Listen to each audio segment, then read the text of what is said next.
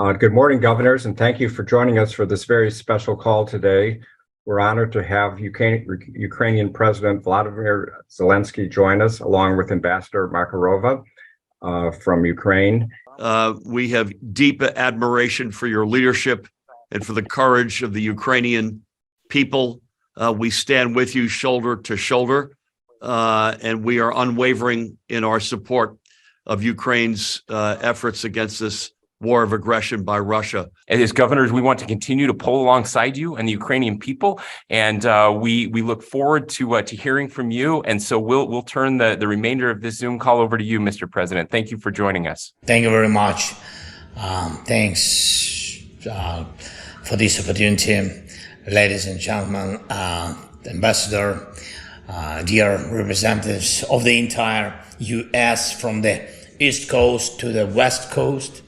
Actually, all cities and communities in the United States are represented at this meeting, and it is an honor to address you all. And I have just completed my visits to those regions of Ukraine that were liberated from the Russian army or that are bordering the combat zone. This is a colossal territory.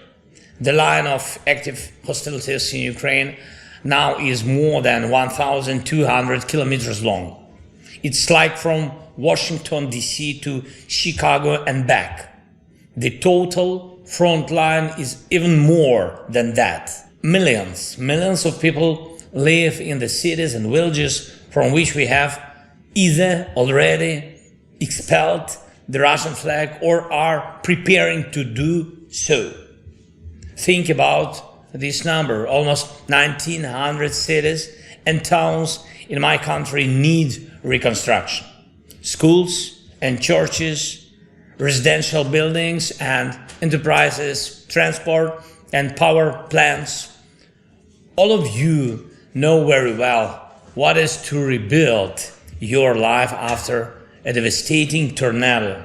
You are doing it. We are doing it, but we are doing it because of the human element, human evil, and not a natural cataclysm. The reconstruction of Ukraine will be the largest economic project in Europe in lifetime of several generations. And I believe America will stand with us in this reconstruction. Your companies, your jobs, just like you are with us now in our defense.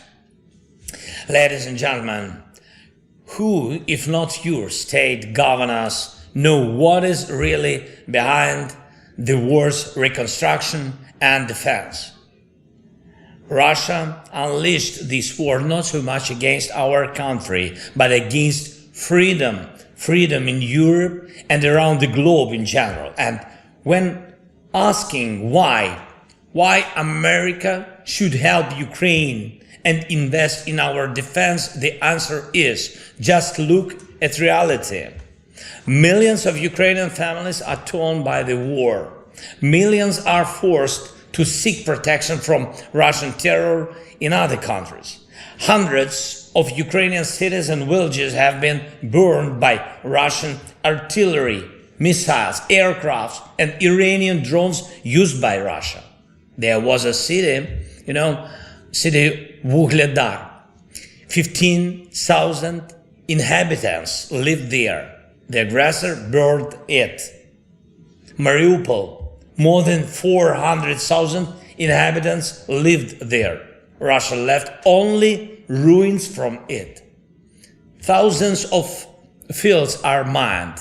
A significant part of the economy is broken. Hundreds and hundreds of thousands of people have been forcibly deported to Russia.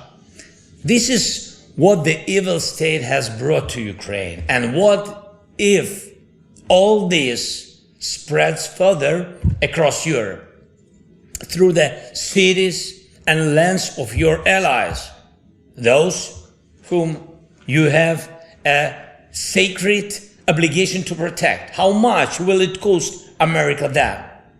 The Kremlin dreams to humiliate America and Europe and the whole free world. The Kremlin dreams to split NATO and to provoke a conflict that will force your nation to choose whether to fight or not. It is Ukraine that is your last frontier, your last reliable border. Thanks to our strengths, in particular, your people will not have to make this choice.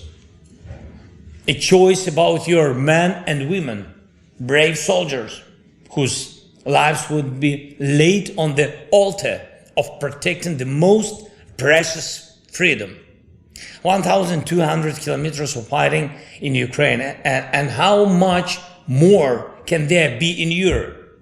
Ukraine is capable of preventing the expansion of the war. We are able to defeat Russia on our land. The enemy of freedom must lose quickly and surely where he came with a criminal and unprovoked war of aggression. That is why we ask the USA for support, for weapons and finances. If Ukraine endures, your peace, your allies and partners endure as well.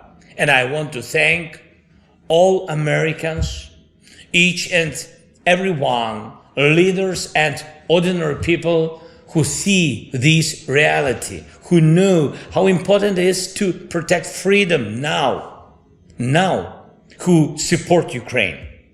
We are grateful to President Biden, to both parties and houses of Congress, and to every state that is involved in one way or another in protecting freedom. Grateful to those who are ready to work with us in reconstruction. Thanks to all of you. Thanks to Arkansas and all employees of the defense industry of the state for the excellent HIMARS systems, which really changed the course of military actions and forced the Russian army to the defense. Thanks to Alabama and all the employees of the state's enterprises that produce, in particular, Javelin anti-tank systems, which saved lives of thousands, really thousands of Ukrainian soldiers. Thanks to Arizona and Oklahoma, where our military trained, in particular on the Patriots. Thanks to every U.S. state involved in the production of the Patriots. Harpoons and Stingers, Nassans and Bradley, other systems and products, not only in the field of security, also other service and solutions that bring Ukrainian victory closer, that give Ukrainians stability of a normal life despite the war, are produced by you, by your states and your people.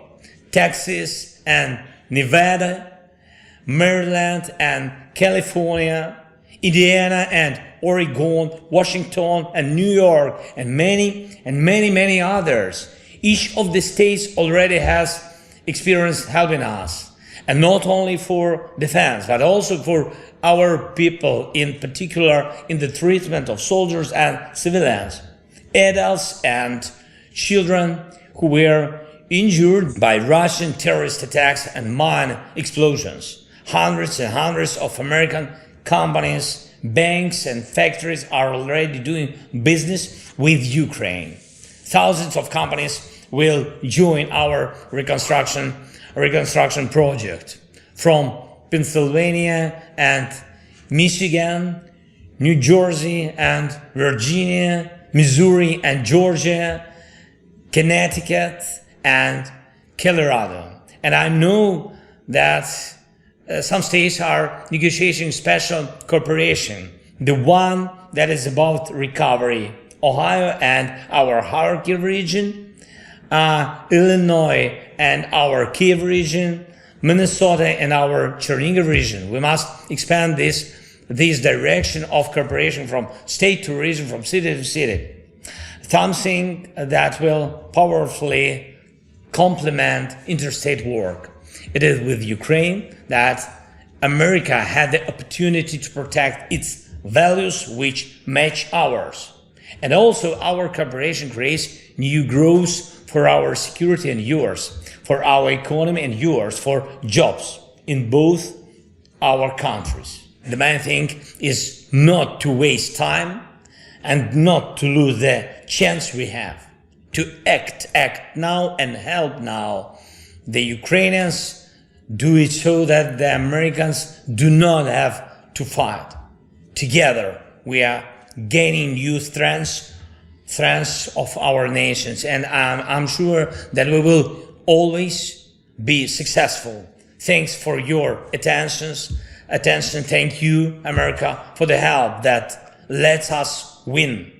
I invite you who have not yet been to Ukraine to visit our country and to see that protecting our home, our people, is protecting our common dream about freedom and dignity for every human being.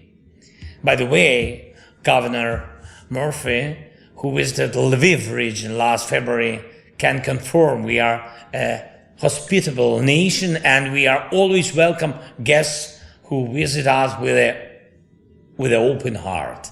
God bless America. Slava Ukraini. Thank you so much, Mr. President, and I can certainly vouch for the incredible hospitality. You have an unusually good sense of our American geography and our federal system of states. And let me assure you that our nation's governors view the attack on Ukraine as an existential threat to the United States of America, and we will act as such and will be unwavering in our support and partnership with you. So, Mr. President, thank you. Ambassador, thank you. God bless you. Godspeed.